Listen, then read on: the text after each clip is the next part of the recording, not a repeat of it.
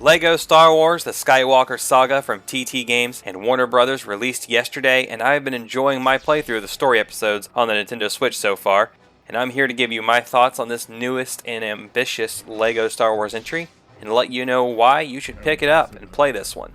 Let's jump right in. First off, we have the excellent retelling of the Star Wars story from Episode 1 through Episode 9. Playing through these episodes in the game almost feels like you're playing the movie, but in a far more humorous universe. LEGO Star Wars has done a great job here of staying true to the original story while taking creative license at only the best and most impactful moments. These moments add to the fun of the game rather than subtract from it. The game literally made me laugh out loud at some of these moments and had me excited for the next cutscene and what antics may ensue. While the story and cutscenes set up a funny and engaging galaxy, the meat of the game is of course playing in that galaxy, and it doesn't disappoint either. The combat is handled really well here, I think. While everything certainly has a LEGO coat of paint, this does feel like a Star Wars game. Firing blasters, moving in and out of cover, dueling with lightsabers, and using force abilities all feels great. But if you don't feel challenged enough in combat, you can turn off aim assist or parts of it in the options, and you can also turn off automatic health recovery so you can only heal by finding hearts. Taking control of vehicles, whether on land or in space, feels great too. Space combat has a very arcadey feel that reminds me of something like the Rogue Squadron games, though a little on the easier side. I'm actually surprised at how fun flying in this game turned out to be. You have full control of your ship in all directions, including rolling, and you can perform special maneuvers like loops, spins, and turnarounds too. In addition to your blasters, you also get proton torpedoes that can lock onto enemy ships and installations. Space combat was not an afterthought. Serious effort went into making authentically Star Wars, but not overly complicated. As fun as the combat can be, the game will also give you alternative routes during missions where you can avoid combat, and some missions ask you to actually use stealth. The stealth system isn't anything too complicated, as it simply involves avoiding enemies' line of sight, but there are a couple of fun caveats to that. If you take control of one of your droid characters, they can move about without attracting attention as they are considered neutral unless they attack, and characters of the hero class can disguise themselves to avoid detection. This stealth mechanic is an excellent part of the game and fits the Star Wars universe perfectly. Finally, we have a LEGO mechanic. Building. From reconstructing cover, reassembling ships, or building unique solutions to problems, this mechanic is loads of fun to use. There is also a split-screen drop-in, drop-out co-op available, which is always a nice addition to have as well. Before we move on, please take a second to like this video if you're finding it entertaining or helpful. I'd really appreciate it. Thanks! LEGO Star Wars The Skywalker Saga is a huge game.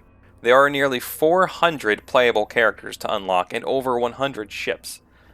Not to mention multiple upgrade trees and several special unlocks like turning all lightsabers into baguettes, just in case you needed more humor. These unlocks and upgrades are spread over 24 Star Wars worlds in the space around them and in the various missions of the story. Needless to say that you can stay busy for a very long time in this game. The characters and ships must be unlocked by exploring first, and then purchased using studs, the game's currency, that you collect throughout the game. Upgrades are purchased using studs and kyber bricks found hidden throughout the world or locked behind puzzles or challenges. And again, here, there are hundreds of these puzzles, challenges, and side missions to complete. I haven't done too many of the side activities yet, as I've been focusing on the story missions for now, but what I have done of these has been fun. They don't feel like a chore, and they are well worth completing if you want to unlock everything. In between story missions, or if you play Galaxy Free Roam mode, you can explore planets you have unlocked in the main story for studs, kyber bricks, and other secrets and missions. Running off the beaten path always seems to reward you with an interesting challenge and a worthwhile reward. And the great part is that none of this seems like a grind to me, at least not yet. Given enough time it might, but the developer has done a good job of making these side activities fun rather than just something to do. Also, you can complete the main story missions without bothering to unlock anything if you don't want to.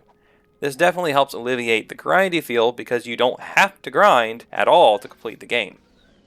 LEGO Star Wars has struck a good balance here by giving us lots to do, but not forcing us to do it. Finally, the game provides us with percentage complete counters on each level and area, and the ability to purchase rumors with our studs from our holo projector menu rather than have to track down the NPC that gives that rumor. Albeit, if you track down the NPC, you can get the rumor for free. These rumors unlock side missions for us, so we don't have to waste time wondering if we've talked to every single NPC. I think this feature is great, and it respects the player's time. As I mentioned before, there is a Galaxy free play mode, but there is also free roam mode for story missions that you have completed. Both of these modes will allow you to play as any character you want and use any ship you want on any mission you have played or world you have visited. This is awesome and turns the game into a bit of a sandbox, as now you can play as the wackiest combination of characters you want. But it is also necessary if you want to complete every side mission, puzzle, and challenge, as some of these require you to have characters you didn't have in the story playthrough. Every character fits into a class, and only certain classes can take on specific missions or complete certain objectives.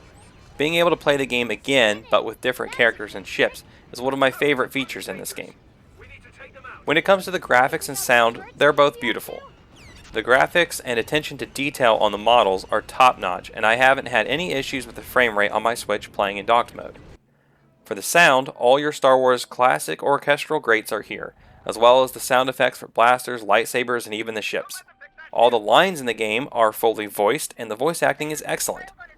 A few familiar voices are here reprising their roles, but many are not. While this is a little disappointing, it's understandable and to be expected. LEGO Star Wars The Skywalker Saga is a worthy addition to your game library, especially if you are a Star Wars fan, LEGO fan, or both. Even as just an adventure game, this is one worthy of your money. I will continue to enjoy this one for a long time to come. Thanks for watching, and keep on gaming.